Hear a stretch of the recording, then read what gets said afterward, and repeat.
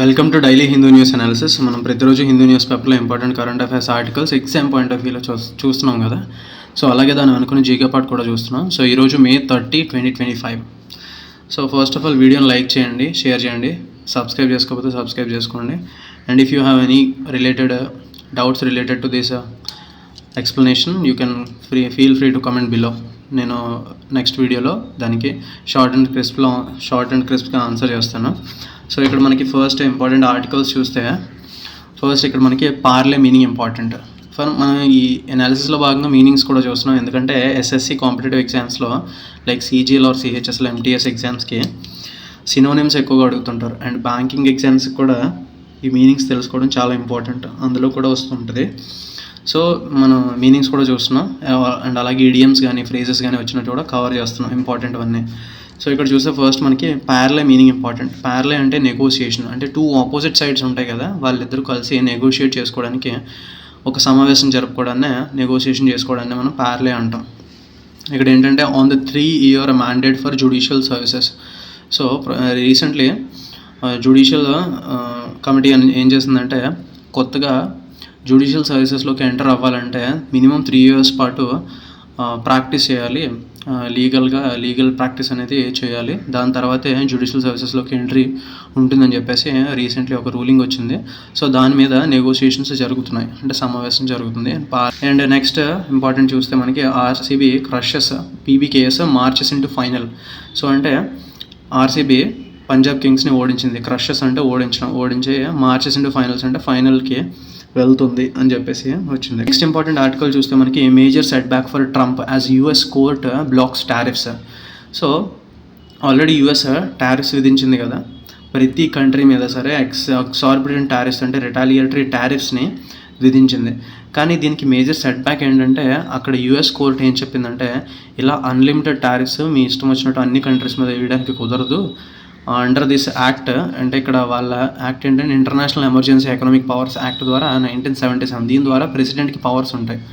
అలాగని ఎక్స్పోనెన్షియల్గా ఓవరాల్గా vast powers లేవు అని చెప్పేసి అక్కడ ఒక డిసిషన్ ఇచ్చింది యూఎస్ కోర్ట్. సో ఇది ఒక మేజర్ సెట్ బ్యాక్ ట్రంప్ గవర్నమెంట్కి. సో మిగతా కంట్రీస్ అన్నీ ఆలోచిస్తున్నాయి ఇప్పుడు, ఎందుకంటే డీల్స్ చేసుకుంటున్నాయి కదా, నెగోషియేషన్ చేయడానికి రెడీగా ఉన్నాయి. కానీ ఇప్పుడు వాళ్ళ ఇంటర్నల్గానే కోర్టు అగెనెస్ట్గా ఆర్డర్ ఇచ్చింది కాబట్టి సో మిగతా కంట్రీస్ అన్నీ ఇప్పుడు ఆలోచిస్తాయి నెగోషియేషన్స్ చేయడానికి. అండ్ నెక్స్ట్ ఆర్టికల్ చూస్తే మనకి India hopes US will clear visas on merit. So India is hoping from US ఏంటంటే వీసాస్ కొంచెం ఫాస్ట్గా క్లియర్ చేస్తారు. ఎందుకంటే ఈ ఇయర్ అకాడమిక్ ఇయర్ అనేది అక్కడ సెప్టెంబర్లో స్టార్ట్ అవుతుంది. సో అడ్మిషన్ స్టార్ట్ అయిపోతాయి కాబట్టి సో వీసాస్ అనేవి ఫాస్ట్ మూవ్మెంట్ చేయాలి. ఎందుకంటే రీసెంట్లీ మనకి యూఎస్ అనేది ఆల్ ఓవర్ ద వరల్డ్ ప్రతి కంట్రీ నుంచే ఎవరైతే చదువుకోవడానికి యూఎస్ వెళ్తారో వాళ్ళకి స్టూడెంట్ వీసాస్ అనేవి స్క్రీనింగ్ చేయడానికి కోసం టెంపరీ ఆపేసింది. సో పాజ్ చేసింది టెంపరీగా. సో ఎందుకు ఆపేసిందంటే ఆ స్క్రీనింగ్ ఆఫ్ అప్లికెంట్స్ని, ఆ స్క్రీనింగ్ ప్రాసెస్ ఏదైతే ఉందో దాన్ని ఎన్హాన్స్ చేయాలి అని చెప్పేసి టెంపరీగా ఆపింది. So they will come up with a new plan to screen these applicants. And also ఇక్కడ మనకి రివోక్ మీనింగ్ ఇంపార్టెంట్. రివోక్ అంటే రద్దు చేయడం. US set to revoke visas of Chinese students. ఎందుకంటే ఆల్ ఓవర్ ద వరల్డ్ నుంచి వేరే కంట్రీస్ నుంచి US వెళ్ళి చదువుకునే వ్యక్తుల్లో ఆల్మోస్ట్ 1/4 ఎవరైతే ఉన్నారో వాళ్ళు చైనీస్ స్టూడెంట్స్ ఉన్నారు. అందుకనే అండ్ ఆల్సో చైనాకి యూఎస్కి టారిఫ్ వార్ ఎప్పుడు జరుగుతుంటుంది కదా. సో అందుమూలంగా అక్కడ డిసిషన్ తీసుకున్నారు యూఎస్లో రద్దు చేయాలని వీసాస్ చైనీస్ స్టూడెంట్స్కి టోటలీ క్యాన్సిల్ చేయాలని చెప్పేసి డిసిషన్ తీసుకున్నారు. సో ఇక్కడ మనకి రివోక్ మీనింగ్ ఇంపార్టెంట్. రివోక్ అంటే రద్దు చేయడం లేదంటే క్యాన్సిల్. అండ్ నెక్స్ట్ ఆర్టికల్ చూస్తే మనకి crop cultivator rights cards for 16,250 tenant farmers. ఇక్కడ టెనెంట్ ఫార్మర్స్ అంటే కౌలు రైతులని అర్థం వస్తుంది. అంటే ఒక భూమిని మనం అద్దెకి తీసుకోవడం, ఆల్మోస్ట్ లైక్ రెంట్కి తీసుకోవడం అని అర్థం వస్తుంది. అంటే మనం అది పండించి ఒక షేర్ ఇవ్వడం, అందులో వచ్చిన ప్రొడ్యూస్ని ఎవరైతే ఓనర్ ఉన్నారో వాళ్ళకి షేర్ ఇవ్వడం, వాళ్ళనే టెనెంట్ ఫార్మర్స్ అంటారు, అంటే కౌలు రైతులు అంటారు. అండ్ వీళ్ళకి క్రాప్ కల్టివేటర్ రైట్ కార్డ్స్ అనేవి ప్రొవైడ్ చేస్తుంది గవర్నమెంట్ అని చెప్పేసి చెప్తున్నారు. ఇక్కడ ఇది ఎందుకు ఉపయోగపడుతుందంటే ఈ కార్డ్స్ ఎందుకు ఉపయోగపడతాయంటే ఫామ్ లోన్స్ ఈజీగా యాక్సెస్ చేసుకోవచ్చు. అండ్ ఆల్సో ఇన్సూరెన్స్ ఫెసిలిటీస్ ఇస్తారు ఈ కార్డ్స్ మీద. ఎందుకంటే సడన్గా ఇప్పుడు వర్షాలు రాక డ్రాట్ వచ్చిన, సో ఇలాంటి న్యాచురల్ కెలామిటీస్ నుంచి ఇన్సూరెన్స్ కవరేజ్ ప్రొవైడ్ చేస్తారు. ఇలాంటి కార్డ్స్ ఉంటే easy access to these insurance claims అనుకుంటుంది. సో వీటి మీద అవేర్నెస్ ప్రోగ్రామ్స్ ఫార్మర్స్లో క్రియేట్ చేస్తున్నారు. అండ్ నెక్స్ట్ ఆర్టికల్ చూస్తే మనకి government plans to install 20 lakh roof top solar units this year.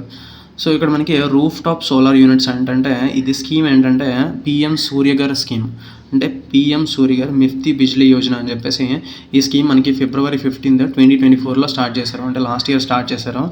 ఇదేంటంటే ప్రతి హౌస్ హోల్డ్ అంటే పూర్ హౌస్ హోల్డ్స్కి, సో రిజర్వేషన్ ఉన్న హౌస్ హోల్డ్స్కి వాళ్ళకి ఏంటంటే వాళ్ళ రూఫ్ టాప్ మీద అంటే మేడ మీద సోలార్ ప్యానెల్స్ని ఫిక్స్ చేసుకునే అవకాశం, అదొక స్కీమ్. వాళ్ళకి 40% వరకు సబ్సిడీ ఇస్తారు, అంటే ఎంతవరకు ఖర్చు అయిందో ఇన్స్టలేషన్కి అందులో 40% అమౌంట్ అనేది సబ్సిడీ కింద ఇస్తారు. ఎందుకంటే free power generation up to ఇది మనకి ఏంటంటే రెన్యూబుల్ ఎనర్జీ మీద ఫోకస్ చేస్తూ ఈ సోలార్ పవర్ మీద ఫోకస్ చేస్తున్నారు. సో దీనివల్ల మనకి పవర్ కన్జంప్షన్ అనేది బయట నుంచి డిస్కామ్స్ నుంచి పవర్ కన్జంప్షన్ అనేది తగ్గుతుంది. సో ఎందుకంటే సెల్ఫ్ సఫిషియెంట్గా వాళ్ళకి వాళ్ళ హౌస్కి కావాల్సిన పవర్ సప్లై వాళ్ళ సోలార్ ప్యానెల్స్ నుంచే ప్రొవైడ్ చేయడం జరుగుతుంది కాబట్టి. సో ఈ స్కీమ్ రూఫ్ టాప్ సోలార్ సిస్టమ్స్ని ఇన్స్టాల్ చేయడానికి 20 lakhs దిస్ ఇయర్ ప్లాన్ చేసుకుంటుంది. అండ్ నెక్స్ట్ ఆర్టికల్ చూస్తే మనకి మహానాడు శ్యామ్ అని చెప్పించారు కదా, ఇది పొలిటికల్ న్యూస్. సో ఇక్కడ శ్యామ్ మీనింగ్ చూద్దాం. శ్యామ్ మీనింగ్ ఏంటంటే బూటకం, ఇది ఒక మాయ లేదంటే బోగస్ ఫేక్ అని అర్థం వస్తుంది. Shyam meaning important. And next చూస్తే మనకి ఇక్కడ పిక్చర్లో ఈ బ్యాగ్స్ అనేవి తీరానికి కొట్టుకొచ్చాయి. ఇవన్నీ ప్లాస్టిక్ గ్రాన్యూల్స్ బ్యాగ్స్. ఇవేంటంటే రీసెంట్లీ లైబీరియన్ షిప్ కొచ్చికి నియర్లో సముద్రంలో టిల్ట్ అయిపోవడం వల్ల ఈ కంటైనర్స్ అనేవి ఆ లైబీరియన్ షిప్ నుంచి మునిగిపోయాయి. సో దట్ అందులోంచి ఈ ప్లాస్టిక్ గ్రాన్యూల్స్ ఉన్న బస్తాలు అనేవి ఈ ఒడ్డుకి కొట్టుకొచ్చాయి. ఇదేంటంటే వింజిమ్ ఇంటర్నేషనల్ సీపోర్ట్ తిరువనంతపురం కోస్ట్ దగ్గర ఉన్న అక్కడ కొట్టుకొచ్చాయి. ఈ వింజిమ్ ఇంటర్నేషనల్ సీపోర్ట్ రీసెంట్లీ మోదీ గారు స్టార్ట్ చేశారు. అండ్ ఆల్సో ఇక్కడ మనకి కేరళ గవర్నమెంట్ డిక్లేర్స్ కొచ్చి షిప్ ప్యాకేజ్ స్టేట్ డిజాస్టర్. ఈ షిప్ డిజాస్టర్ ఏదైతే జరిగిందో దాన్ని స్టేట్ డిజాస్టర్ కింద డిక్లేర్ చేసింది కేరళ గవర్నమెంట్. ఎందుకంటే ఇందులో మనకి చాలా వరకు కంటైనర్స్లో calcium carbide harmful substances hazardous substances ఉన్నాయి అందులో.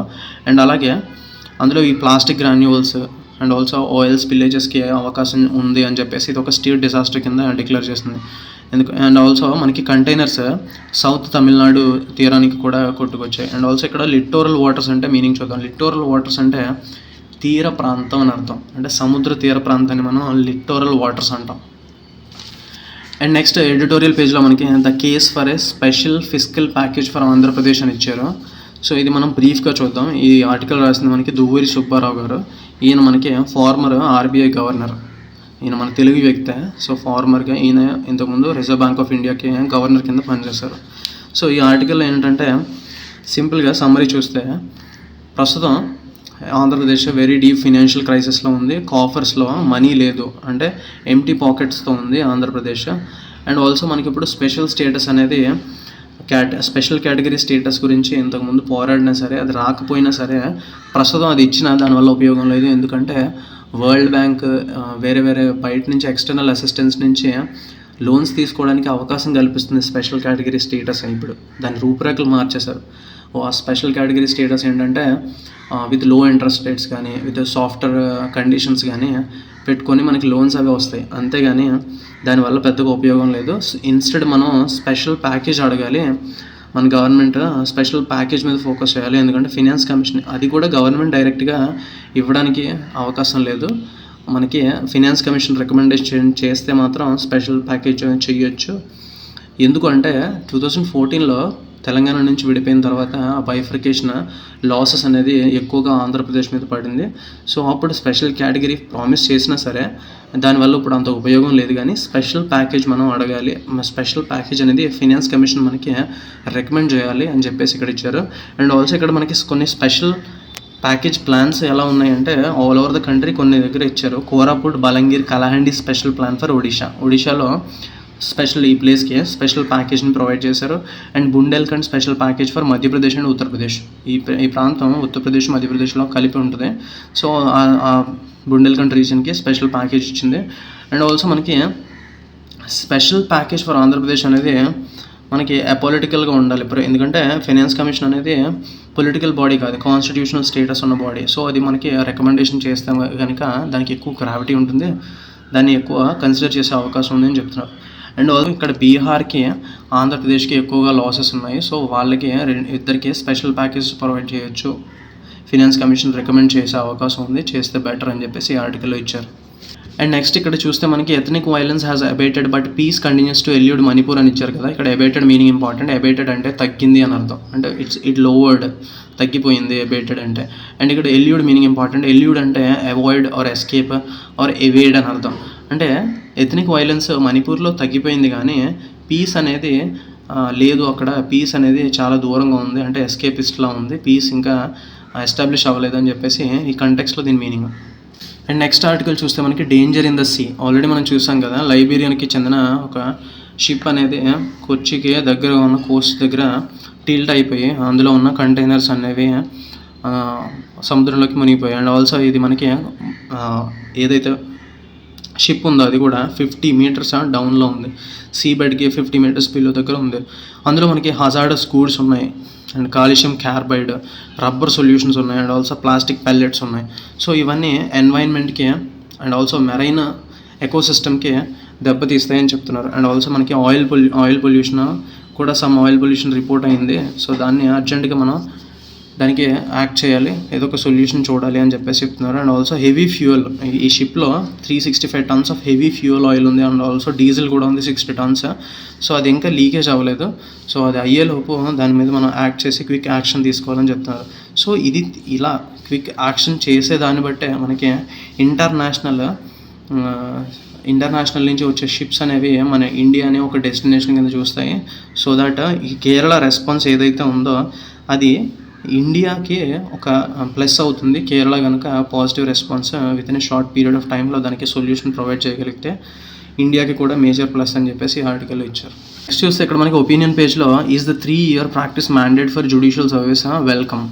మనం చెప్పాం కదా ఆల్రెడీ, సుప్రీంకోర్టు మళ్ళీ రీస్టోర్ చేసింది. మినిమం 3 years లీగల్ ప్రాక్టీస్ చేసి ఉండాలి, డెఫినెట్లీ అది మ్యాండేటరీ మీరు జ్యుడిషియల్ సర్వీస్లోకి ఎంట్రీ అవ్వాలంటే అని చెప్పేసి.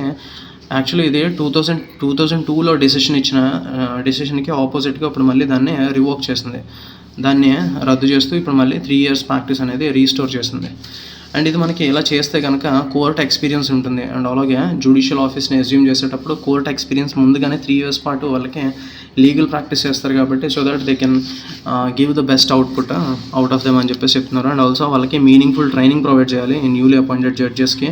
అండ్ ఆల్సో వాళ్ళకి ఫ్యాకల్టీ టు ట్రైనీ రేషియో అనేది చాలా తక్కువగా ఉందని చెప్తున్నారు. అండ్ ఈ 3 years చేసేటప్పుడు 3 years ప్రాక్టీస్ చేసేటప్పుడు వాళ్ళకి ఒక డిజిటల్ డైరీ లాంటిది ప్రొవైడ్ చేస్తే వాళ్ళు ఆర్డర్ షీట్స్ కానీ కోర్ట్ అపియరెన్సెస్ ఆ పోర్టల్లో అప్లోడ్ చేయాలి. సో దట్ ఎఫెక్టివ్ మానిటరింగ్ అనేది ఉంటుంది. అండ్ ఆల్సో మనకి ఇది ఎఫెక్టివ్లీ మోస్ట్ డిస్ప్రపోర్షనేట్లీ విమెన్ని ఇంపాక్ట్ చేస్తుంది. ఎందుకంటే 3 years పాటు విమెన్ సస్టైన్ అవ్వాలంటే ఫినాన్షియల్ రిసోర్సెస్ ఫ్యామిలీ సపోర్ట్తో సస్టైన్ అవ్వాలంటే కొంచెం కష్టమే. సో దట్ వాళ్ళకి కొంచెం ఇది ఇంపాక్ట్ అవ్వచ్చు అని చెప్పేసి చెప్తున్నారు. అండ్ ఆల్సో మనకి వాళ్ళకి డిస్ట్రిక్ట్ జ్యుడిషియరీలో అంటే డిస్ట్రిక్ట్ కోర్ట్స్లో వాళ్ళకి రిజర్వేషన్ ఉంది. సో దట్ ఆ విధంగా వాళ్ళకి హెల్ప్ అవ్వాలి, ఆ రిజర్వేషన్స్ అవి హెల్ప్ అవ్వాలి.